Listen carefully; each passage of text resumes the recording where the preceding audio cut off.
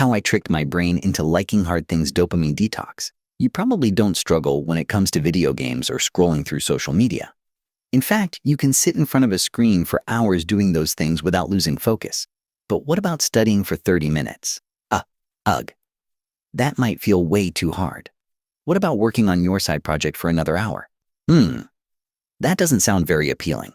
Even though you logically know that studying, working out, building a business, or doing something productive will benefit you more in the long run, you still prefer watching TV, playing games, and scrolling endlessly.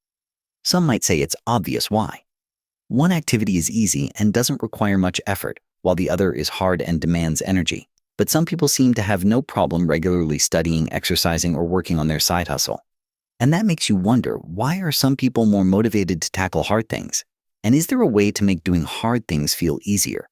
To answer that, we need to look at a key brain chemical, dopamine. Dopamine is often called the pleasure molecule, but that's not exactly accurate. Dopamine is what makes us want things, and that craving gives us the motivation to get up and take action. Before we move to step 2, I have a quick challenge for you. Only 5% of viewers can complete it.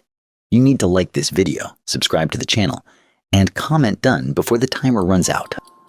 Let's see if you can do it in time.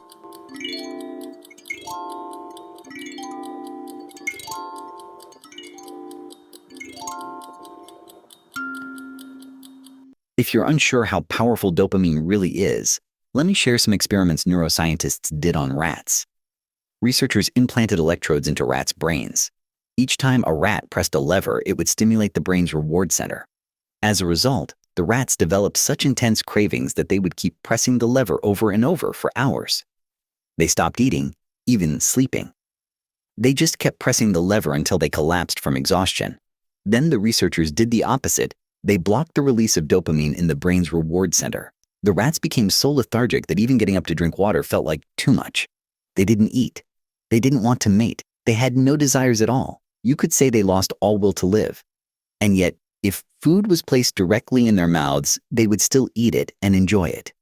They just didn't have the motivation to get it themselves. You might think thirst or hunger should be enough to motivate us to seek food or water. But dopamine plays a key role here too. These rat experiments might be extreme, but you can see similar effects in our everyday lives. Your brain actually prioritizes things based on how much dopamine it expects to get.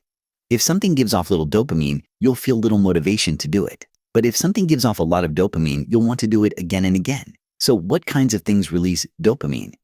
Anything that promises a potential reward.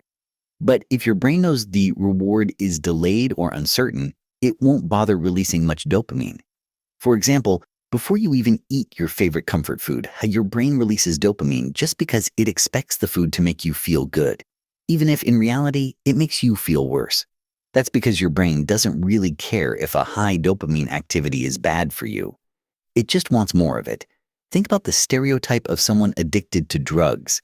They know what they're doing is harmful, but the only thing they want is more of the drug. Cocaine and heroin flood your brain with unnatural levels of dopamine. That's what causes such intense cravings. Of course, everything releases some amount of dopamine, even drinking water when you're thirsty. But the highest dopamine hits come when rewards are random, like playing a slot machine in a casino. Even if you've been losing money nonstop, your brain expects a win at some point. You just don't know when. And in today's digital world, we constantly flood our brains with unnatural levels of dopamine, often without realizing it. Some common high dopamine behaviors include scrolling social media, playing video games. We expect a little reward each time. That's why we keep checking our phones. We expect a message or a notification, and we know it's coming eventually. We're just like those rats hitting the lever, chasing that next dopamine hit. And you might think, so what? It's not hurting me. But you'd be wrong. Our bodies have a biological system called homeostasis. That means the body tries to maintain a stable internal balance, physically and chemically.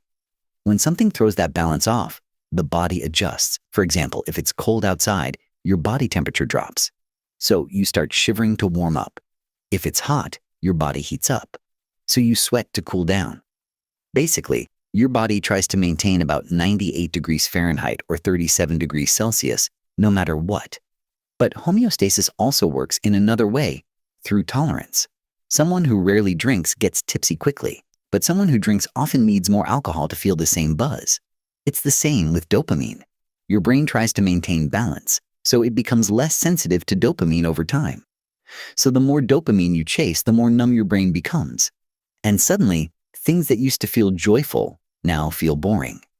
You used to be inspired by books, moved by sunsets, excited by new challenges. Now, everything just feels dull. Studying drags on. Even a walk outside seems tiring. And if you keep bombarding yourself with high dopamine habits, eventually even good things feel pointless. Your brain becomes like a spoiled child refusing vegetables after a mountain of candy. Because even if you know studying, working out, or building something matters, your dopamine system is sabotaging you. But here's the good news, you can change this. And the simplest way is through a dopamine detox. Don't confuse this with food or drug detoxing. This isn't about deprivation. It's not about suffering. It's about resetting. It's a way to bring your brain back to normal and enjoy simple things again. What do you have to do? Just spend a day without high stimulation. No social media. No video games. No junk food. No fast-cut videos. Just be with yourself. And reality, take a walk. Read a book. Build something with your hands. Let your brain breathe. Rest. Recalibrate to quiet. Yeah. At first, it'll feel boring. Your brain will throw tantrums like a child who's had their tablet taken away. But after a few hours, you'll start to notice something. You can enjoy simple things again. You look out the window, and it feels nice. You open a book and feel curiosity again. You think about your dream, and you suddenly have energy to act.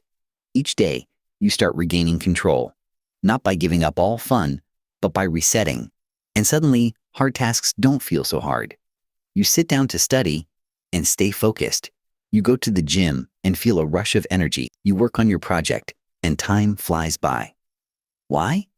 Because you cleared the path for real motivation. Because you're back in touch with yourself. And that's when the magic begins. The joy of growth. You feel yourself getting stronger, smarter, more driven. It's no longer a battle with yourself. It's a game. A joy. It's like you unlocked a cheat code to your own life. You finally realize the things that once felt hard can become easy. You just need to refocus. Take one small step. Turn off the noise. And turn yourself back on.